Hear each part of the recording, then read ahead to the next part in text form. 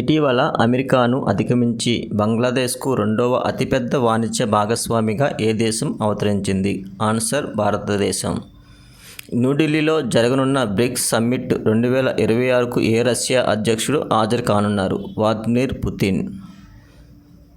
ప్రపంచ తేనెటీగల దినోత్సవాన్ని ప్రతి సంవత్సరం ఎప్పుడు పాటిస్తారు? ఆన్సర్ మే 20. భారతీయ రైల్వే ఇటీవల ఏ రైల్వే విభాగానికి 238 కోట్లు అప్గ్రేడ్ ప్రణాళిక ఆమోదించింది? జమ్మూ కత్ విభాగం.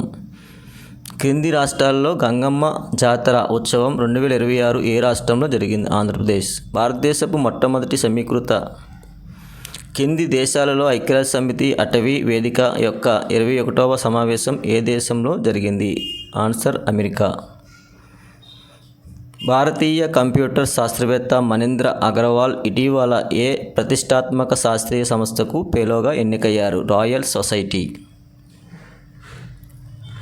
పునరుత్పాదక ఇంధన విస్తరణలో భాగంగా ఏ రాష్ట్రం తన మొదటి ప్రధాన స్వచ్ఛ ఇంధన ప్రాజెక్టును ప్రారంభించింది? ఆంధ్రప్రదేశ్. ఫ్రెండ్స్, మా ఛానల్ సబ్స్క్రైబ్ చేయండి. ప్రధానమంత్రి నరేంద్ర మోదీ ఇటీవల ఏ అంతర్జాతీయ సంస్థ నుండి అగ్రికోలా మెడికల్ అందుకున్నారు? FAO. FAO full form food and agriculture. జాతీయ ఏక ఆరోగ్య మిషన్ నోడల్ ఏజెన్సీగా ఉన్న సంస్థ ఏది? Indian council of medical research.